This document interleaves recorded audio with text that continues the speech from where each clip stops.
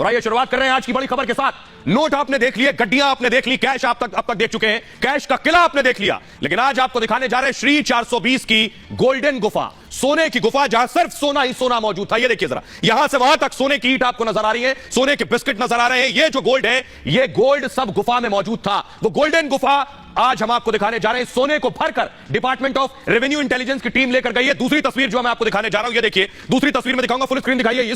ये सोना लेकर, इन बैग्स में डीआरआई की टीम सोना लेकर घर से निकली। कन्नौज के घर की तस्वीरें मैं आपको दिखा रहा हूं। इस सोने को, गोल्डन गुफा से सारा सोना लेकर डीआरआई की टीम कन्नौज से निकल चुकी है, यानी सारा सोना इस वक्त डीआरआई के कब्जे में है। लेकिन आपको बताते हैं कि गोल्डन गुफा में कितना सोना निकला और यह सोना कहां से आया है, इस गुफा तक सोना कैसे पहुंचा और आखिर अब क्या होगा इसका। देखिए जरा, कैश का किला आपने देख लिया, कितना नोट, कितना पैसा निकला, लेकिन सोना भी बहुत निकला है। गोल्डन गुफा के राज बताएं उससे पहले देखिए जरा, यह है आपके सामने गोल्डन गुफा।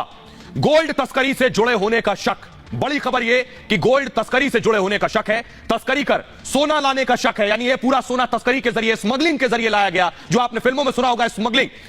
रेड में 25 किलो सोना मिला, जो रेड मारी गई उसमें उस गोल्डन गुफा से 25 किलो सोना बरामद हुआ। 25 किलो सोने के बिस्किट बरामद हुए हैं। ये जो बिस्किट की ढेर आपको दिखाई दे रही है, 6 बक्सों में, जी हां, 6 बक्सों में यह सोना रखा गया था और दुबई से तस्करी करके लाने का शक इस वक्त जताया जा रहा है। सोने के बिस्किट पर विदेशी मोहर, विदेशी स्टैंप सोने के बिस्किट पर लगा हुआ है। डीजीजीआई यानी जीएसटी इंटेलिजेंस ने इस केस को डिपार्टमेंट ऑफ रेवेन्यू को सौंप दिया है, डीआरआई को यह केस सौंप दिया गया है। कस्टम एक्ट का उल्लंघन का मामला है, इसलिए डीआरआई की एंट्री हो गई है। कस्टम मामलों की जांच डीआरआई करता है। डीआरआई की टीम मैंने आपको दिखाया जो बैग में सोना लेकर गई है। डीआरआई की जोनल यूनिट इस मामले को अब इन्वेस्टिगेट करने वाली है। जोनल यूनिट बाकायदा एक रिपोर्ट तैयार करेगी कि आखिर यह सोना कहां से आया। रिपोर्ट डीआरआई के हेडक्वार्टर को भेजी जाएगी और उसके बाद डीआरआई पता करेगा कि सोने का सोर्स क्या है, सोना आखिर कहां से लाया पीयूष जैन। इसके अलावा वो पता करेगा क्या सोना तस्करी करके लाया गया, स्मगलिंग के जरिए दुबई से सोना हिंदुस्तान आया। गोल्ड तस्करी सिंडिकेट तो इसमें शामिल नहीं है, यानी कुछ और बड़ा रैकेट, बड़ा सिंडिकेट तो नहीं इसमें शामिल। सोने पर कस्टम ड्यूटी चुकाई थी या नहीं, इसको इन्वेस्टिगेट करेगा और दोषी पाए गए तो केस दर्ज होगा। उसके बाद पीयूष जैन और ज्यादा फंस जाएंगे। आइए अब आपको दिखाने जा रहे हैं, सीधे आपको लिए चलते हैं पीयूष जैन के उस गोल्डन गुफा में, उस तहखाने में, उस गुफा में जहां 25 किलो सोना छिपा हुआ था। देखिए जरा, यह है श्री 420 की गोल्डन गुफा। इसी घर से निकला है 25 किलो सोना। यह है गोल्ड का वो तहखाना जहां से निकला सोना ही सोना। यह है पीयूष जैन का वो ऐशो आराम का बेडरूम। इस बेडरूम को देखकर आपको बिल्कुल ऐसा नहीं लगेगा कि इसके पीछे कोई गोल्डन गुफा भी है, लेकिन दीवार से बीच की एक रैक जैसे ही हटाई गई, खुल गया सिम। यह संकरा सा रास्ता पीयूष जैन की गोल्डन गुफा के अंदर ले जाता है और सीढ़ियों से उतरते ही सोने की इस गुफा के अंदर दाखिल हो जाएंगे। इसी गुफा में छिपा कर रखा गया था 25 किलो सोना। काले धन के किले के बाहर हम खड़े हुए हैं। काले धन का किला इसलिए क्योंकि इसमें तहखाना भी था, वो तहखाना जिसमें तमाम केमिकल, कैश, गोल्ड, सिल्वर सब बरामद हुआ है। अब ये सोना जब्त हो चुका है और डीआरआई की टीम बैग में सोना भरकर अपने साथ ले गई। पीयूष जैन के घर के आसपास रहने वाले और उनके पड़ोसियों को भी अब यकीन नहीं हो रहा है कि पीयूष जैन ने घर में ही गोल्डन गुफा बना रखी थी। बहुत बड़ा व्यवहार था, पूछ लीजिए, मोहल्ले में एक नंबर आदमी है। कोई आज तक कोई मतलब किसी गलत नहीं बोला होगा उन्होंने पूरे समाज में। व्यवहार बहुत अच्छा, बहुत अच्छा, बहुत अच्छा। बुराई कोई नहीं करेगा, पूरे समाज में कोई बुराई नहीं करेगा, आपका जनता बुराई नहीं करेगी उनकी। कोई समाज में, पीरबाद क्षेत्र में कोई भी बुराई नहीं कर सकता उनकी। तो आप पीयूष जैन के पड़ोसियों को भी सुन रहे थे जिन्हें यकीन नहीं हो रहा है कि पीयूष जैन के पास इतना खजाना था। देखिए जरा, अब आपको बताने जा रहे हैं कि कैसे आया इतना सोना, कहां से आया यह सोना पीयूष जैन के पास। सोने के जो बिस्किट हैं, इस पर विदेशी मोहर लगी है, विदेशी स्टैंप लगा है। प्रेशियस मेटल रिफाइनर्स की मोहर लगी हुई है इस पे। प्रेशियस मेटल विदेशी कंपनी है, आपको बताऊं। इसके अलावा यूएई में कंपनी का हेडक्वार्टर है, यानी मुख्यालय है। एक शाखा शारजा में भी इसकी है और सरकारी चैनल से नहीं आता है ऐसा सोना, यानी सरकारी तरीके से यह सोना नहीं लाया गया, यह बात साफ है। तस्करी के जरिए ही इस तरह का सोना लाया जा सकता है। दुबई में गोल्ड पर टैक्स नहीं लगता है, दुबई से होती है आमतौर पर सोने की तस्करी, क्योंकि वहां टैक्स नहीं लगता है, इसलिए नेपाल के रास्ते इसे लेकर आया जाता है।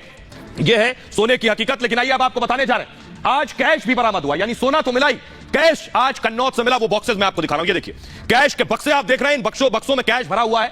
कन्नौज में जो कैश मिला है वो इन बक्सों में लेकर आज टीम गई है। फुल स्क्रीन जरा तस्वीरें दिखाऊं, ये देखिए जरा, कितना कैश मिला है वो भी इस पे लिखा है, और ये टीम कैश लेकर गई क्योंकि कानपुर से इससे पहले 194 करोड़ रुपया कैश मिला था। ये कैश के जो बक्से आप देख रहे हैं ये कन्नौज से मिले हैं। अब तक क्या क्या मिला है आइए आपको ये बताने जा रहा हूं। इस कैश में आज तक की जो गिनाई हुई है नोटों की, कानपुर में जो हुई है तब से लेकर अब तक, आखिर अब तक क्या चीजें डीआरआई को, क्या जीएसटी इंटेलिजेंस को मिल चुकी है, ये देखिए जरा। आज कन्नौज में क्या मिला है वो आपको बताने जा रहा हूं। कितना और पैसा कन्नौज में घर में रेड खत्म हो गई है। जो रेड पिछले कई दिन से चल रही थी वो अब समाप्त हो चुकी है। कन्नौज के घर से आपको बताऊं कुल 17 करोड़ रुपया कैश मिला है। 6 मशीनों से इन नोटों को गिना गया है, 6 बक्सों में इस कैश को रखा गया था और एसबीआई में इस कैश के बक्सों को जाकर रख दिया जाएगा जो कन्नौज से रिकवर हुआ है। एसबीआई कर्मचारियों ने इसकी गिनती की है और गिनती के अलावा आपको बताऊं 6 करोड़ का ऑयल, चंदन का तेल भी घर से मिला है। 300 चाबियों से भरा एक और बैग मिला है और लॉकरों की चाबियां मिली है। लगभग 200 चाबियां लॉकर्स की मिली है। कानपुर से लगभग 177 करोड़ इससे पहले मिल चुका है। कुल 194 करोड़ 45 लाख रुपया कैश मिला है इसके घर से। इसके अलावा आपको बताऊं 250 किलो चांदी की सिल्लियां मिली है। ये चीजें अब तक बरामद हो चुकी हैं। आइए अब आपको दिखाने जा रहा हूं कि पीयूष जैन का वो घर जिसमें उसने गुप्त लैब बना रखी थी, वो गुप्त लैब कहां है ये देखिए। फुल स्क्रीन जरा मैं दिखाऊं। पीयूष का ये रहस्य लोक है, ये घर है, ये जो आप देख रहे हैं इसी घर में एक लैब बनी हुई थी। उस लैब के बारे में बताएंगे। उससे पहले जरा इस पूरे तहखाने, इस पूरे किले को, इस गोल्डन गुफा को देखिए जरा। हमारी सहयोगी अनामिका की रिपोर्ट देखिए। इस किले की, इस घर की शुरुआत यहां से होती है जिसमें ये पहला गेट है जिस पर नोटिस चस्पा है बाकायदा कि किसी की भी एंट्री नहीं है, क्योंकि यहां पर अंदर वो टीमें हैं जो खंगाल रही हैं इस पूरे घर को। अंदर से मजदूरों को अंदर ले जाया गया, पूरे घर को अच्छे से प्रॉपर चेक किया गया। पहला गेट हमने आपको इस घर का दिखाया और अब आगे बढ़ते हैं। इस घर का दूसरा गेट आप देखिए, ये इस घर का दूसरा गेट है, यहां से एंट्री होती है और ये तीसरा गेट है। कुल 3 गेट तो बाहर ही आप इस वक्त देख पा रहे हैं। 3 गेट आपको मैंने फ्रंट में दिखाए। अब मेरे साथ इस गली में आप चलिए। इस गली के अंदर से होता हुआ ये पूरा रास्ता पीछे की तरफ जाता है। 3 गेट आपने आगे देख लिए हैं। इसके आगे बढ़ूं, एक और दिखाती हूं। ये मेरे लेफ्ट हैंड साइड पे एक और मकान है, ये भी पीयूष जैन का ही बताया जा रहा है। यानी कि राइट हैंड साइड पर जो दीवार है वो पीयूष जैन के घर की है और जो लेफ्ट हैंड साइड पर घर है वो भी पीयूष जैन का ही है। इसमें भी कई दरवाजे हैं। ये घर बंद है बहुत दिनों से, इसकी स्थिति देखकर लगता है। आगे के 3 गेट हमने आपको दिखाए हैं और अब जिस घर के 3 गेट दिखाए हैं वापस हम इस किले की तरफ बढ़ते हैं क्योंकि इसी के अंदर लगातार कार्रवाई की गई है। ये इस घर का चौथा गेट है। यहां पर भी नोटिस चस्पा किया गया था। किसी की भी एंट्री इस घर के अंदर नहीं है क्योंकि जब तक कागजी कार्रवाई चलेगी तब तक किसी की एंट्री नहीं होगी। तो 4 गेट आप देख चुके हैं। अब देखिए मेरे साथ, ये 5वां एंट्री पॉइंट है। ये यहां पर भी नोटिस लगाया गया है क्योंकि सरकारी काम चल रहा है तो किसी की भी एंट्री नहीं है। तमाम गेट्स पर, तमाम एंट्री पॉइंट्स पर यहां पर नोटिस लगाए गए हैं कि कोई अंदर नहीं आ सकता है। इसके बाद अब हम बढ़ रहे हैं। देखिए इसी गली में ये 7वां गेट है, यहां पर भी नोटिस लगा हुआ है। यहां से भी किसी की, पूरे घर के अंदर किसी की एंट्री नहीं है। अब तक हमने इस घर के आपको 7 गेट दिखाए हैं जो पूरी तरह से बंद है, पूरी तरह से सील है। अब थोड़ा आगे बढ़िए, जहां से ये गली खत्म होती है मैं आगे बढ़ती हूं। ये है इस घर का 8वां गेट। ये इस घर का आखिरी गेट है जहां पर नोटिस तो लगा हुआ था, नोटिस हटा दिया गया है क्योंकि अंदर अभी कार्रवाई जारी है। अंदर से अभी भी आवाज आ रही है ठोकने की। क्या अभी भी कुछ तलाशा जा रहा है इस घर के अंदर? हालांकि अधिकारी ये कह रहे हैं कि तमाम कार्रवाई खत्म हो चुकी है। केवल तो अनामिका ने आपको दिखाया वो घर जिसमें दरवाजे ही दरवाजे थे और इसी घर में एक लैब भी थी, गुप्त लैब। आपको लैब दिखाने जा रहे हैं कि पीयूष जैन उस लैब में क्या करता था, क्या बनाता था। पीयूष जैन ने आखिर उस लैब से कैसे लाखों करोड़ रुपया कमाया, देखिए जरा उस लैब में आखिर क्या है। पीयूष जैन ने यह लैब बनाई है जो आप देख रहे हैं। कुछ इसी तरह की एक खुफिया लैब पीयूष जैन ने बनाई। तहखाने में बनाई थी यह लैब, यानी घर में भी जो तहखाना था उसमें एक लैब बनाई पीयूष जैन ने। पीयूष जैन लैब में शोध करता था, रिसर्च करता था। पीयूष जैन इस लैब में क्या रिसर्च करता था देखिए जरा। केमिकल से खुशबू बनाता था, यानी केमिकल्स मिलाकर एक खुशबू तैयार करता था। कन्नौज के घर में यह लैब थी। क्या करता था और फॉर्मूला सफल होने पर उसे बेच देता था, यानी जो केमिकल मिलाकर एक खुशबू बनाता था उसे महंगे दामों पर बेच दिया करता था, महंगे फॉर्मूले को बेच देता था। अमूमन आपको बताऊं कन्नौज में सिर्फ इत्र नहीं बनता, बहुत सी सुगंधों को मिलाकर अलग अलग चीजों के लिए खुशबू बनाई जाती है। जैसे आपके कॉस्मेटिक्स हो, सौंदर्य के प्रोडक्ट्स हो, या फिर पान मसाला कंपनी, वहां से भी उसकी खुशबू बनाई जाती है। यह काम करता था पीयूष जैन। इसके अलावा आपको बताऊं इनको कंपनियों को बेच देता था। साबुन और गुटखा कंपनियों को भी अपना बनाया हुआ फॉर्मूला बेच दिया करता था और बहुत महंगे दामों पर यह फॉर्मूले बिकते हैं क्योंकि आसानी से बनते नहीं। घर, गोदाम, फैक्ट्री में जब छापा पड़ा तो वहां से भी केमिकल बरामद हुआ है। केमिकल ही केमिकल, ड्रम में केमिकल रखा हुआ था।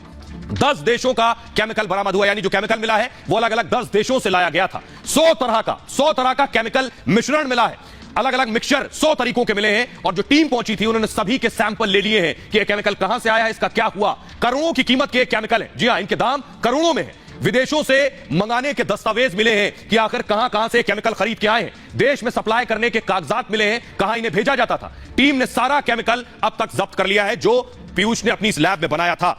आइए अब आपको बताते हैं कि कहां से कहां तक इसका तार फैले हुए, कहां से केमिकल आया, वो ग्राफिक्स के जरिए मैं आपको दिखाने जा रहा हूं। फुल स्क्रीन दिखाऊं मैं, फुल स्क्रीन दिखाइए कि ये केमिकल कहां से आया और कहां बेचा जाता था। फ्रांस, केमिकल जाल जो था फ्रांस से जर्मनी तक, जर्मनी से ऑस्ट्रेलिया तक, ऑस्ट्रेलिया से देखिए कहां तक फैला हुआ है, ऑस्ट्रेलिया से जापान तक, जापान से ये चीन तक फैला हुआ है। यानी पीयूष जैन कन्नौज में रहकर कुवैत तक पहुंचा हुआ था। कुवैत में भी, कुवैत के अलावा आपको बताऊं इंडोनेशिया के साथ ही नेपाल तक उसके तार फैले हुए थे और सऊदी अरब में भी उसका काम था और तेहरान तक। यह है उसका पूरा नेटवर्क जिसे हम आपको दिखा रहे हैं। अब इसकी जांच अलग अलग टीम कर रही है, लेकिन इस पर सियासत भी शुरू हो गई है, क्योंकि कैश जो मिला उस पर प्रधानमंत्री नरेंद्र मोदी पहली बार कुछ बोले। प्रधानमंत्री आज कानपुर में थे, मेट्रो का उद्घाटन कर रहे थे और कानपुर में ही कैश बरामद हुआ, तो प्रधानमंत्री ने अखिलेश यादव पर इशारों में हमला किया। प्रधानमंत्री ने क्या कहा सुनिए जरा, देखिए।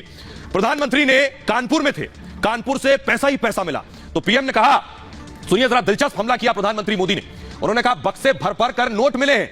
वो कह रहे हैं, ये लोग कहेंगे कि ये भी बीजेपी ने ही किया है, देश ने नोटों का पहाड़ देखा है। अब वो मुंह पर ताला लगाकर बैठे हैं, यानी विपक्ष को कह रहे हैं प्रधानमंत्री भ्रष्टाचार का इत्र छिड़का गया था। वो कह रहे हैं भ्रष्टाचार के इत्र का क्रेडिट लेने वाला कोई नहीं दिख रहा यूपी में। क्रेडिट लेने वाले कहां गए जो इस एक वक्त पर हर चीज का क्रेडिट ले रहे थे? यूपी के लोग सब देख रहे हैं। पीएम ने कहा पहले योजनाओं में घोटाले हुआ करते थे और चुनाव जीतने पर विपक्ष मानता था कि लॉटरी लग गई है, विपक्ष की विकास की नीयत नहीं, और पहले की सरकारों ने समय को गवाया है। पीएम ने कहा पहले सरकार की नीयत लूट की थी और यूपी को बदनाम किया गया, पहले की सरकार ने माफियावाद फैलाया। पीएम ने हमला करते हुए पिछली सरकारों ने उद्योग खत्म कर दिया, पीएम ने हमला किया। आइए हम आपको दिखाते हैं और सुनिए प्रधानमंत्री ने क्या कहा। भ्रष्टाचार का जो इत्र उन्होंने पूरे यूपी में छिड़क रखा था, वो फिर सबके सामने आ गया है। जो बक्से भर भर के नोट मिली है, नोट। चुनाव से पहले कानपुर से करोड़ों की काली कमाई बरामद हुई। पीएम मोदी आज उसी कानपुर में थे और उनके निशाने पर थे अखिलेश। जो बक्से भर भर के नोट मिली है, नोट। उसके बाद भी ये लोग यही कहेंगे कि ये भी हमने ही किया है। साथियों, आप कानपुर वाले तो बिजनेस को, व्यापार कारोबार को अच्छे से समझते हैं। 2017 से पहले भ्रष्टाचार का जो इत्र उन्होंने पूरे यूपी में छिड़क रखा था, वो फिर सबके सामने आ गया है। बीजेपी कैश किंग की ब्लैक मनी को चुनाव में बड़ा मुद्दा बनाने की तैयारी में है। यही वजह है मोदी से लेकर शाह और नड्डा तक हमलावर हैं। इनकम टैक्स विभाग ने रेड लगाई भाई अखिलेश को पेट के अंदर।